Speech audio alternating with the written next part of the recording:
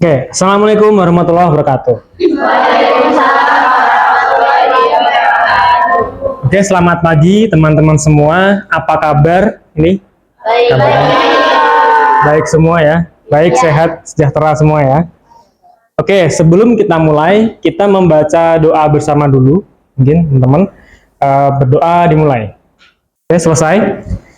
Oke, selanjutnya kita mulai perkuliahan hari ini dengan absen dulu ya. Dengan absen dulu. Mungkin saya absen Mbak Alivia.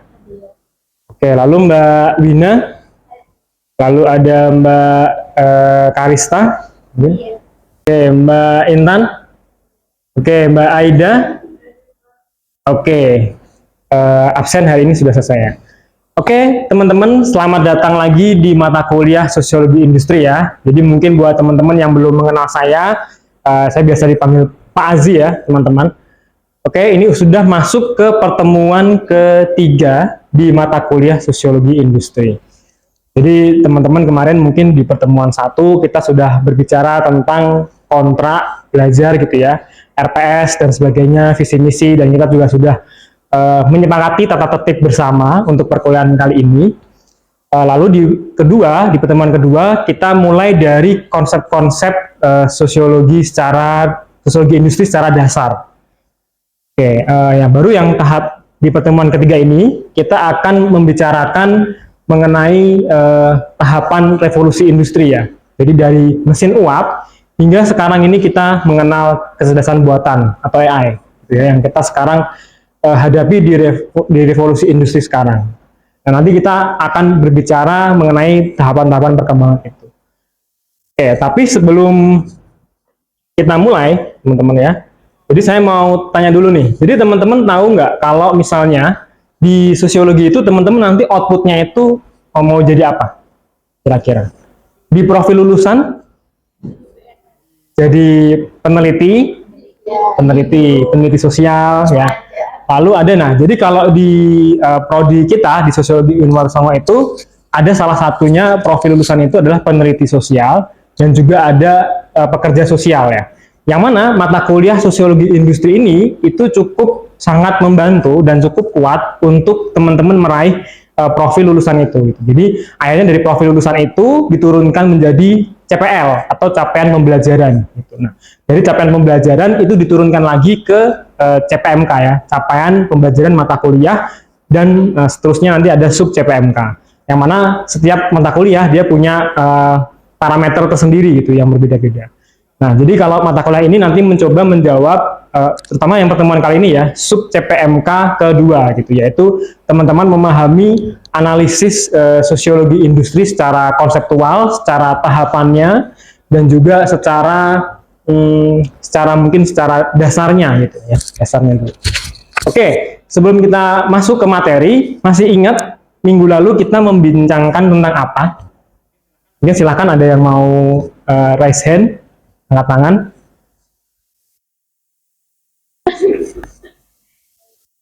Nah, oke, silahkan Mbak Laili. Yang kemarin itu membahas mengenai sosiologi industri, itu merupakan fenomena industri dan masyarakat, seperti itu, Pak. Berarti hubungan antara fenomena industri dan masyarakat ya. Jadi sosiologi industri itu melihat antara itu. Menurut Mbak Laili ya dari pertemuan yang kemarin. Mungkin ada satu lagi yang mau mencoba berargumentasi. Misalnya apa sih pentingnya sosiologi industri bagi kita misalnya?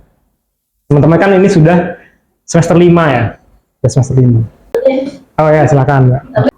Jadi seberapa penting sosiologi industri bagi kita itu karena sosiologi industri itu bisa memahami dampak perubahan sosial, terus menganalisis hubungan industri dan masyarakat, kemudian memahami budaya kerja dan membangun sumber daya manusia. Terima kasih Mbak Alivia ya atas responnya ya. Jadi kalau menurut Mbak Alivia tadi adalah salah satunya adalah dampak yang bisa dilihat itu.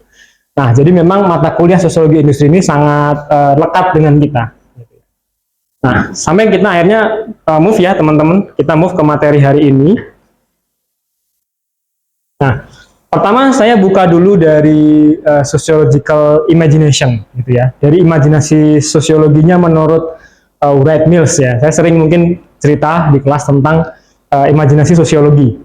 Nah, kalau misalkan teman-teman melihat dua gambar ini, gitu ya, apa yang terpikirkan mungkin dari teman-teman? Apa impresi pertama yang teman-teman lihat dari dua gambar ini?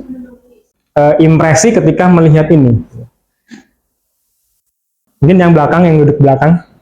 Jadi itu adanya revolusi yang awalnya alat tulis itu terbuat apa ya?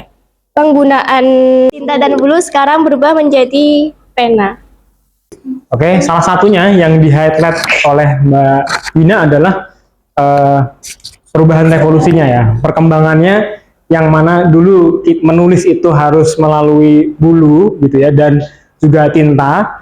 Tapi sekarang sudah ada yang lebih modern ya, yaitu pena atau bolpen. Oke, mungkin ada lagi yang bisa melihat apa di balik ini gitu, atau apa yang terjadi gitu di balik ini, gitu, di balik gambar ini misalnya, menggunakan imajinasi sosiologi. Kalau menurut saya melihat dari tinta itu sama pena, mungkin itu adanya simbol dari pergeseran cara kerja ataupun stratifikasi sosial pada masa tersebut gitu. Oke, terima kasih Mbak Alicia atas jawabannya. Jadi Mbak Alicia melihat ya apa yang misalkan ada di balik ini itu ada kepentingan apa, ada kelompok-kelompok apa, ada kelas-kelas apa. Nah, itulah kenapa sosiologi industri itu sebetulnya sangat lekat sama kita. Jadi hal-hal yang misalkan yang berkaitan dengan produksi massa kayak bolpen dan sebagainya itu sehari-hari kita pakai, dan itu adalah produk industri, ataupun misalkan baju, motor dan sebagainya. Dan di situ selalu mengalami transformasi atau perubahan, gitu ya, namanya revolusi. Jadi bertahap-tahap dia ada perubahan gitu. Dan di balik ini, gitu ya, kalau kita menggunakan imajinasi sosiologi, itu ada berapa banyak orang bekerja, gitu ya, sampai dia menemukan invention atau inovasi, perubahan, ataupun dari dia itu dari aspek misalkan distribusinya, produksinya, gitu ya. Jadi pun juga kita sebagai konsumsinya dan sebagainya. Jadi melihat banyak sekali aspek. Cukup dengan dua gambar ya, yang dia itu mengalami revolusi. Gitu. Jadi akhirnya, gitu ya, ketika kita mengetahui bahwa suatu benda yang kita pegang sehari-hari itu dia berevolusi, bertahap, mengalami perubahan. Nah, ternyata kalau kita melihat secara revolusi industri sendiri, itu dia mengalami juga beberapa tahap. Misalkan revolusi industri 1, 2, 3, dan 4. Ya, jadi kalau revolusi industri 1 itu ditandai ditemukannya mesin uap ya, gitu, mesin uap, tenaga uap. Lalu industri 2 itu ditemukannya kata kuncinya adalah energi listrik. Lalu di industri 3 itu otomatisasi komputer ya, dan elektronika. Nah, baru yang industri keempat itu sistem fisik ataupun IoT ya, Internet of Things, atau juga jaringan dan kecerdasan buatan sekarang. Jadi kita sudah menghadapi fase-fase revolusi industri. Nah, saya akan bahas masing-masing revolusi industri dan apa impact-nya, perubahannya terhadap misalkan society, masyarakat gitu ya, terhadap yang kita akhirnya rasakan sekarang. Misalkan revolusi industri 1 itu dimulai dari revolusinya bermula di Inggris ya, di tahun 1790 dengan penemuan mesin uap yang sangat revolusioner. Jadi di situ ditandai perubahan yang misalkan sebelumnya masyarakat itu agraris, tradisional, dia harus berpindah ke masyarakat yang hidupnya itu di pabrik gitu. Jadi yang sebelumnya dia itu bisa berkebun, dia bisa bersawah, dia harus masuk pabrik dan dia harus bekerja.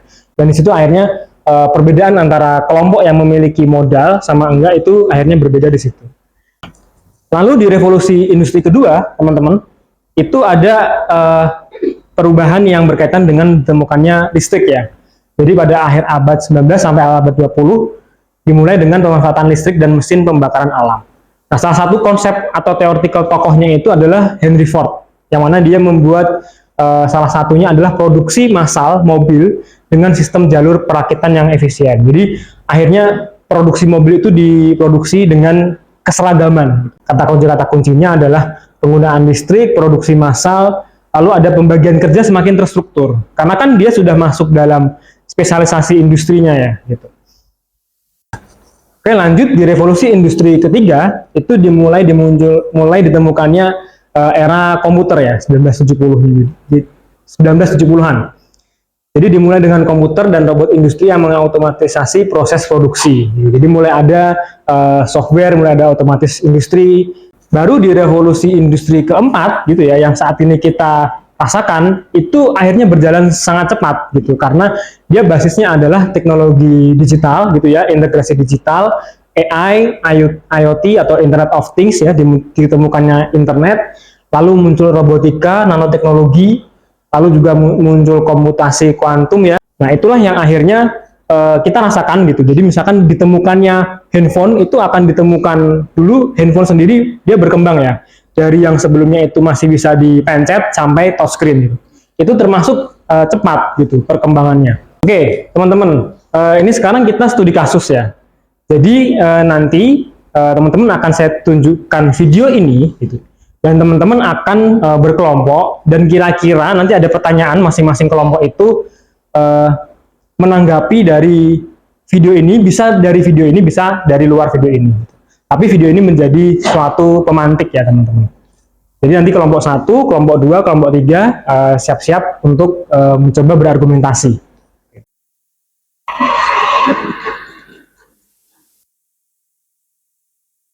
Jadi teman-teman sudah melihat videonya tadi ya. Ini posisinya di China gitu, dan China cukup masif terutama dalam hal mengembangkan AI dan robotika gitu.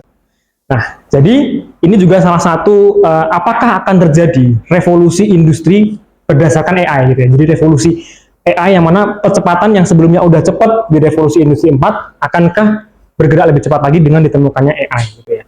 Nah, oke, untuk menjawab gitu ya, ataupun untuk teman-teman berargumentasi, saya minta teman-teman dibagi secara kelompok ya teman-teman.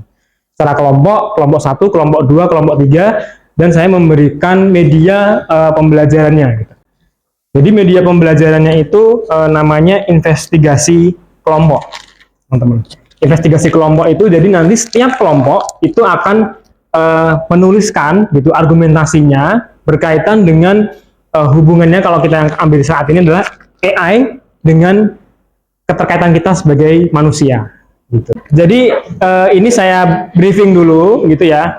Nanti teman-teman bekerja selama 5 menit gitu untuk mencoba menjawab masing-masing per kelompok. Jadi kelompok 1 mana? 1. Kelompok 2? Oke. Kelompok 3? Oke, sudah siap ya? Coba dibaca dulu kurang lebih. Nah, jadi masing-masing itu nulis ya, bisa pakai bolpen ataupun pakai spidol yang saya sediakan. Gitu. Jadi misalnya kelompok 1 diskusi manfaat AI dan dampak positif apa saja dalam sektor kerja. Nah, misalkan manfaat AI-nya 1, berarti ditulis 1 di sini. Misalkan memudahkan manusia atau apa, misalkan lebih ini, nah, tempel. Misalnya mempercepat pekerjaan, jadi nanti diambil lagi 1 terus ditempel. Oke, silahkan berarti dijalankan waktu mulai dari sekarang.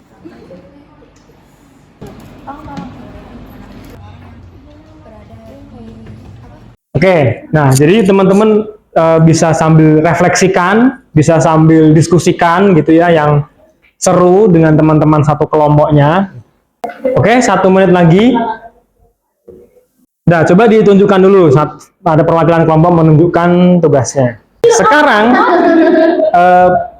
pilih salah satu dari teman-teman kelompok untuk jadi ketua.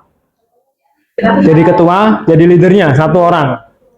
Kelompok 1, kelompok 2 di depan, dan juga kelompok 3 di papan tulis ya. Oke, udah pada siap kelompok masing-masing? Sudah ketemu siapa leadernya? Oke, kalau sudah berarti leadernya tetap stay ya. Saya kasih waktu 5 menit lagi untuk menjelaskan. Yang lainnya selain leader itu bergeser ke kelompok sebelah semua, dan memberikan posit atau masukan ataupun kritikan dari kerjaannya sesuai dengan nomornya. Oke, jadi misalnya ini apa nih gitu. Jadi kasih di kritiknya, ditempel juga di situ. Ya, ditempel juga di situ. Jadi yang masih sisa, ruang yang masih sisa. Jadi yang stay, teman-teman, yang stay itu yang menjelaskan kalau misalkan ditanyain sama kelompok lain. Lalu selanjutnya meningkatkan keselamatan dan polarisasi kerja. Yang ketiga ada melakukan tindakan gini-gini Oke, next, waktu habis teman-teman. Waktu habis ya. Jadi sekarang teman-teman berputar lagi ke kelompok berikutnya lagi. Oke, teman-teman tadi sudah berputar ya masing-masing kelompok. Tepuk tangan dulu buat teman-teman semua. Oke, jadi ya harapannya jadi ini adalah metode pembelajaran namanya investigasi kelompok ya teman-teman. Mungkin nanti salah satu kelompok mau volunteer mungkin untuk menyimpulkan apa yang ditulis dan apa yang sudah diberi masukan. Boleh silakan maju. Berarti dari kelompok 3 ya, Mbak Alivia ya. Oke, silakan dipresentasikan, ditunjukkan. Oke, di sini kelompok kami itu menjelaskan tentang apakah AI ini dapat mengubah profesi atau hanya mengganti tugas-tugasnya aja. Nah, kami kan menjelaskan kalau AI itu hanya mengganti beberapa tugasnya, tidak benar-benar menggantikan profesinya. Nah, di sini ada beberapa masukan, yaitu kita dari kelompok saya tidak menjelaskan dengan rinci pekerjaan dan tugasnya.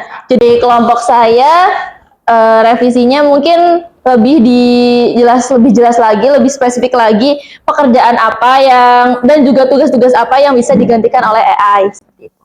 Oke, tepuk tangan buat Mbak Alivia dan Mbak Tiga. Oke, keren sekali ya hasil kerja teman-teman semua juga. Oke, nah itu jadi mungkin ya salah satu simpulan kita gitu di mata kuliah misalnya sosiologi industri ya teman-teman. Jadi, nah sebelum kita masuk ke kesimpulannya yang akhir nih, nah teman-teman ini saya ada kuis dulu gitu. Jadi teman-teman coba mengerjakan masing-masing lewat gadget masing-masing untuk mengerjakan kuis ya. Dan nanti akan ada juaranya gitu. Berapa udah join masuk ya? Wis ada yang siapa nih? Aida, Gada. Queen siapa nih? Queen nih. Yang udah masuk ya. Oke teman-teman, ada 16 peserta yang bergabung ya, dan akan hanya ada satu juara gitu ya, akan mendapatkan hadiah.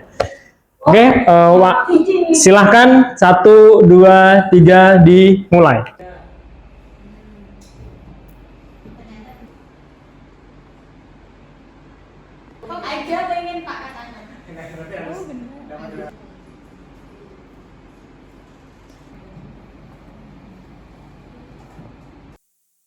Oke, pertanyaan terakhir ya. Siapa tebak juaranya? Kita coba cek di penilaian. Untuk yang jadi juara 1 berarti ada Tiara ya.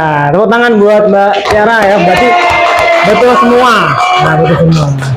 Berarti kegiatan evaluasi pembelajaran mata kuliah pertemuan kita hari ini itu berhasil ya teman-teman, karena kebanyakan mendapatkan nilai bagus ya, di atas 60% ke atas.